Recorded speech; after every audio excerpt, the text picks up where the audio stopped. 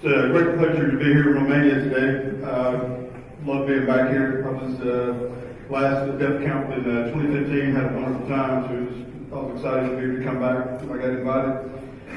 So today's talk, we're going to focus on layer 2 protocols that I see in consulting engagements that are being often missed by the network auditors, the penetration testers, vulnerability assessments. And I consider this like being the low-hanging fruit during security assessments that are just being totally overlooked because everyone's focused on the higher layers of networking. And so when I talk about layer 2, I'm talking about layer 2 in the OSI model. I want to encourage you, if you're involved in doing the security assessments, to don't overlook those lower layers of the OSI stack. Many of my peers, and your peers, are focused on those higher layers, all the cool stuff, in the web apps, the mobile apps, and that all needs to be looked at. But there's a whole lot happening at those lower layers of the OSI model that are being totally ignored. For example, what inspired this presentation when I was working in consulting, I came in behind a penetration test team, and the whole test had been done. All the things had been hacked. I mean, from web servers, IoT, sensors, if it had an IP address, it had been hacked. And I came in just to see what had happened on the test, opened the laptop, and in less time than it took me to boot the laptop, I found 8 high-level vulnerabilities that would have been totally missed just opening up Wireshark. And so that's what inspired this talk, too much is being missed at the lower layers of the stack here, some of these network protocols, and I want to call some attention to it because a lot of it's not being covered in the certification courses that are out there today. So here's an example.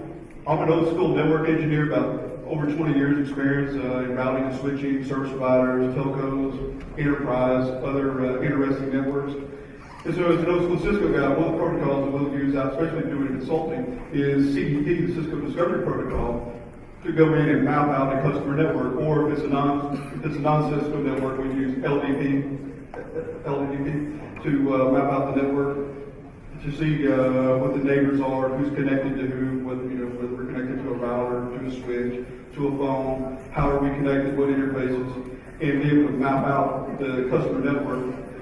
Because whatever drawings they give us, we know we're going to be wrong, right? And so we'll use this to go map it out. But from a security professional standpoint, as a security professional, if you're just going and pull up Wireshark and you start seeing this on the wire, you're going out doing a vulnerability assessment or a penetration test, or maybe you're working on a red team, and you're trying to come up with some new vectors to get into the network that weren't expected. This is some low-hanging fruit here. You can very quickly start finding out if you're on, like, say, on a Cisco network, what versions of hardware they have on the network. It's before you even start scanning and maybe triggering an IDS if they even have one that they're even looking at. You can start seeing what versions of code are on the routers, the switches, what's going on with their phones, what VLANs they might be using, and start developing an attack path totally passively to, say, go after the network infrastructure.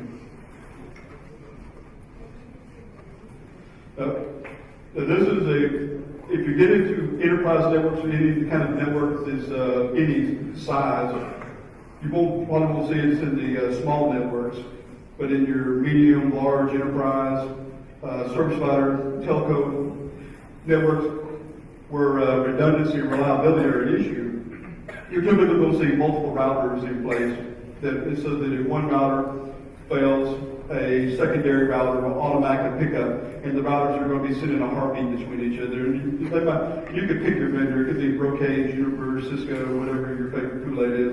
I'll tell you I'm a hardcore Cisco guy. But this architecture is very fundamental for whatever your vendor tastes are. And so you're going to have these two routers, primary and secondary. They're going to be sitting in a heartbeat between each other. And in my consulting experience, over 20 years in the business, I have never seen when there's this redundant architecture in place, I've never seen that these networks have been secured. That first protocol, whether it's a Cisco network, it's the HSRP, the hot standby protocol, or if it's if you're in anything but Cisco house, like doing Juniper, Brocade, what have you, whatever your Kool-Aid is for network infrastructure, those protocols to authenticate those routers, to do that handshake, so that heartbeat, it's almost never secured unless somebody has come in and exploited it before I got there. And so this is always a low-hanging piece of fruit on the network that you will always find if you go into an enterprise where they have this redundancy. And what you can do is you can fire up a router on your laptop. You could use, say, GNS3. You could download GNS3 that'll fire up a virtual router on your laptop.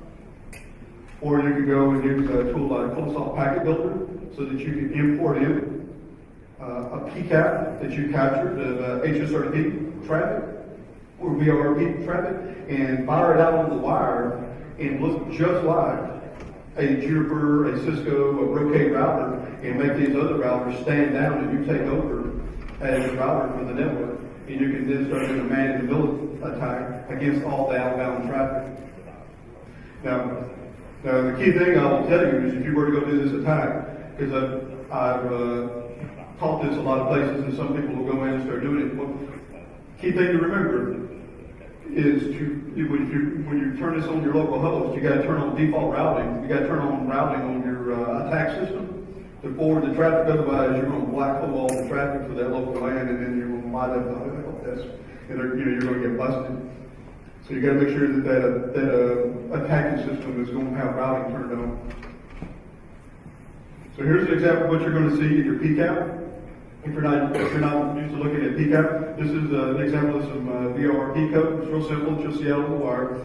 If you're not looking at this stuff out in your pen testing engagements, you need to be looking at this because it's out there and it's being missed. So in this example, we take VRP and we can see that there's no authentication. 9 times out of 10, you're going to see no authentication. If you see authentication, whether it's on a Juniper network, Cisco network, Brocade network, the password is probably going to be Cisco, Juniper, Brocade, San Fran, or say the name of the company, organization. It'll always be something real simple, even if they do a password, but you never see it encrypted.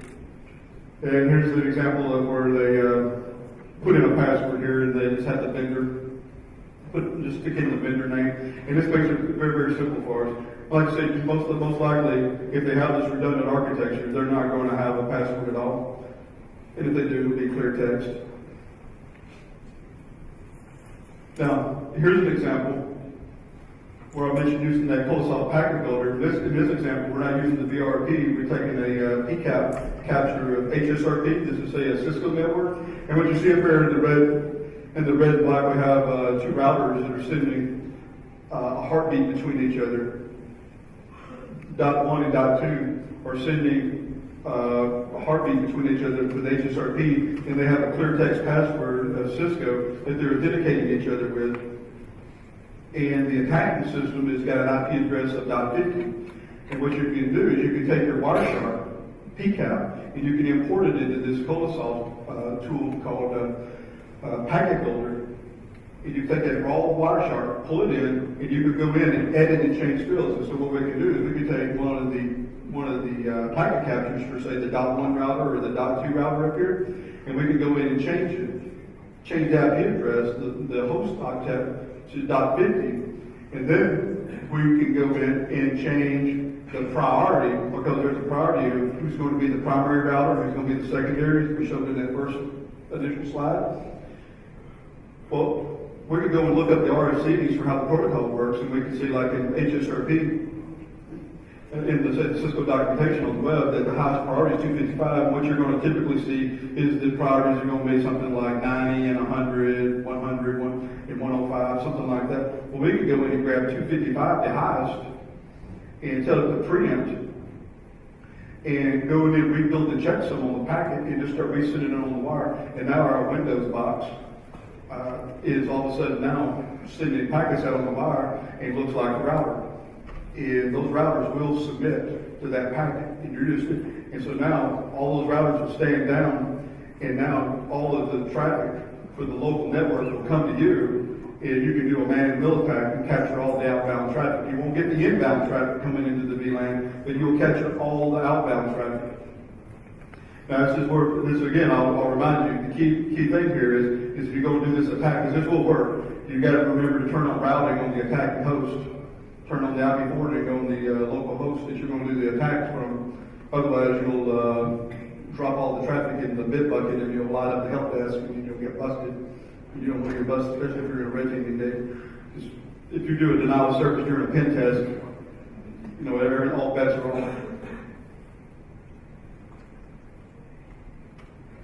So here's the example I was talking to you where you got your 1.1 and 1.2, and we go in and we start editing, and we change the priority, and we can go in and change the checksum. So we've imported it here in this Total Packet Builder, and we've taken that 1.1 and 1.2 router, and we've just taken and changed one of those packets to .50, our attacking system here, and just rebuild that checksum and just start firing out the wire. It's very, very simple. Now, another way to do this, if you're into Linux and Python, another way to do this would be with like scattering. You could go, if you're into scripting, you might want to go and try doing this with scattering. It worked great, but I like doing this with Windows just to show you that you can do it with Windows if you're Windows impaired. You don't have to be a Linux guru to do something like this. All you need is the Wireshark and Total Packet Builder to pull off this attack. Also, another protocol, it's always real funny to go in and do audits, and you ask people, you're running D6, and they always argue, no, we're not doing D6 until you go and capture the Wireshark around the network, different segments, and you find there's all kinds of D6 on the network. It's everywhere, whether the network admin realizes they're running D6 or not, they've got D6 most likely turned on the network by default. Maybe it's their Internet of Things devices, some sensors. Facilities people might have plugged into the network. Maybe it's a Mac or Windows box it's got D6 enabled by default. But D6 is going to be out there on the net, and this is a good backdoor, especially for the red team to go in and exploit the network. What can you do with it? How are you going to attack it if you're not familiar with D6? There's some really good tools out there that make it real easy to attack. The first vulnerability that's out there is with the V6. The routers are going to automatically advertise the IP address for the gateway out on the network in that local VLAN, and they're sending those router advertisements. And it's real easy for a host that's sitting out there listening. If you got a pen tester or a red teamer out there on your network, it's real easy to go and see those router advertisements that you got V6 hosts out there, and then take a tool like Chiron.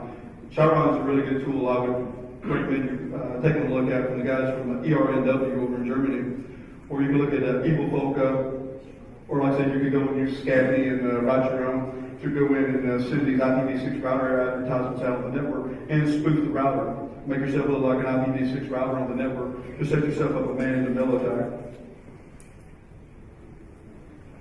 And similarly now with V6, if you're not real familiar with V6, we don't have the ARP problems that we had with IPv4. We don't do ARP poisoning anymore because IPv6 doesn't do broadcast, it does multicast. We have unicast, we have multicast, we have what you call anycast, where you're having, with anycast you have duplicate IP addresses across like a big, across the internet. But we don't have broadcast with IPv6, we do multicast. So you lose the ARP poison, you lose your EtherCap, you lose your Cane enable. But we still could use Chiron, the Evilfoca, the THC Parasite, or like I said, run your own tool with scripted with scattering to go and attack the network discovery protocol over the wire, so that you can go and spoof traffic and conduct the same old school man-in-the-middle attacks we've been doing for over 20 years now. Like I said, these are totally being missed, what I've discovered out doing consulting. This is one of my favorites. Multicast, especially with the whole Internet of Things taking off with all the sensors, with all the cameras and all the sensor technologies that are being rolled out in really large networks, in the public infrastructure. multicast is being turned on these networks so that these sensors, the cameras, can multicast and send their traffic streams across the net. And the network engineers, a lot of the network engineers are not proficient in multicast, and or the security teams real proficient in multicast. So this is some low-hanging fruit to go after in a lot of these networks that you may be out there testing and trying to help secure. So what happens with the multicast, if you're not familiar with, you have your host on the local network. It could be cameras, it could be sensors, it could be some other endpoint device. And they're going to send IGMP requests in layer 2 up to a router to join a traffic stream. They're going to be sending IGMP requests. They could be IGMP version 1, 2, or 3 that you might see on the wire, sending requests up to the router to say, hey, I want to join this multicast stream, send me all that information. And then on your routers, what's happening with routers? Routers are going to be running protocols like routing protocols for multicast that are going to be based on that's going to build on top of the routing protocol running on the network, say OSPF, etc. And so PIM is dependent on your OSPF, your EIGRP, or your static routes, depending on what you're using, to build out its network table of what is the best path to traverse through the network to deliver traffic from the source to the destination. And like I said, in addition to the Internet of Things, I spent a lot of time building telecoms and service providers, cable companies. You know, I'm sure they're doing this over here in Europe, because we did a lot in the U.S. for over 10 years. When you're clicking your TV channel in a lot of the new modern networks, it's actually when you're changing TV channels, you're actually changing IP multicast groups in many cases. Because that's what your service providers are going to. So multicast is going nuts, is growing like crazy. So if you're going out there and you're doing the auditing, you're out there on the network and you're looking for vulnerabilities, what you're going to see is you'll see IGMP out there most likely. You might see IGMP version 1, version 2, version 3, depending on what they have configured on the network. And you might see, from the routing standpoint, if they have multicast turned on the routing, then you're going to see the PIM protocol. And it might be PIM version 1, PIM version 2. And when you start seeing those protocols out there like that, they should trigger you. Once you start thinking, you need to go and start doing some serious Googling and read some RFCs, the tech docs on whatever vendor's network they are, because there's probably some vulnerabilities in the configuration that they've overlooked. Because there's no reason inside those VLANs for you to be seen, for our users to be, those endpoint devices to be seen in those routing protocols. Because, you know, why does the Windows box need to see routing protocols when it's not a Brocade, a Juniper, or a Cisco router? It shouldn't. And if you can get in the head of that network engineer, and you can start reverse engineering how they've been trained and what certifications they have, and you might be able to go in and take over their network once you understand the mistakes that they've made. Because if they've made mistakes here, they've made mistakes with like SCP. They might be using Telnet instead of SSH, things of that nature.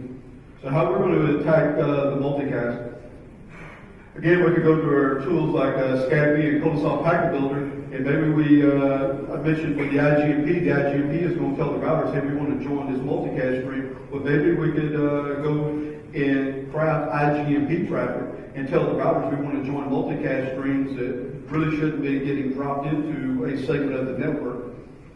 But maybe we've done some recon, we got some intel, and we know the multicast groups that are being used, and we can start crafting IGMP traffic to get the router to start dropping streaming video to us or some other information that wasn't intended. And maybe we could send enough requests and pull enough traffic down, and we get cause a denial of service. Depends on what the goal of the adversary is. And similarly, on the routing standpoint, we can also go in and expand the network and make the multicast network look larger than what it is, and maybe introduce our own PIM traffic and neighbor up with those routers and tell, say, the Brocade, the Juniper, the Cisco router, what have you, that, hey, we're also a multicast router, and expand the footprint and the topology of that router, and maybe introduce new multicast sources so that there's traffic streams out on that multicast network. Well, maybe if we could go and join the multicast routing We can make the network reconverge and source our own traffic and stream traffic that introduces errors into the network. Maybe we can stream our own interesting video.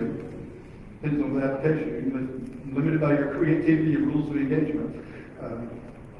Now, how you might, and one way you might do that is you could use tools like the GNS3 to fire up a router, or run Quagga on your Linux box. And if you want to substantiate a very large network in a VM, you might look at Naval Research Lab's got a tool called Core, C-R-E, that you can download for free that'll build out a really large Quagga network right there in a VM, so that you can throw off the internal network operations team. If they start trying to troubleshoot the network, you've built out a really large network just inside a VM. You have multitudes. You can use IP addresses of interesting organizations to build out the network that you're using to attack the multicast network that they're trying to troubleshoot.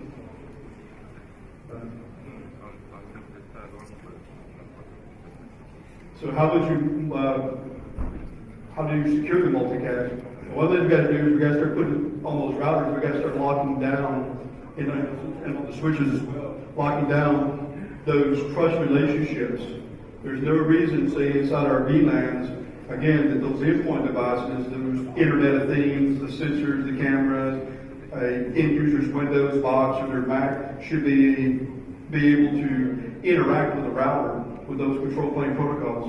So we need to lock that down, and we need to lock down those switches as well, because with the multicast, we're using UDP, which is fire and forget. The UDP, we're just fire and forget. There's no two-way handshake.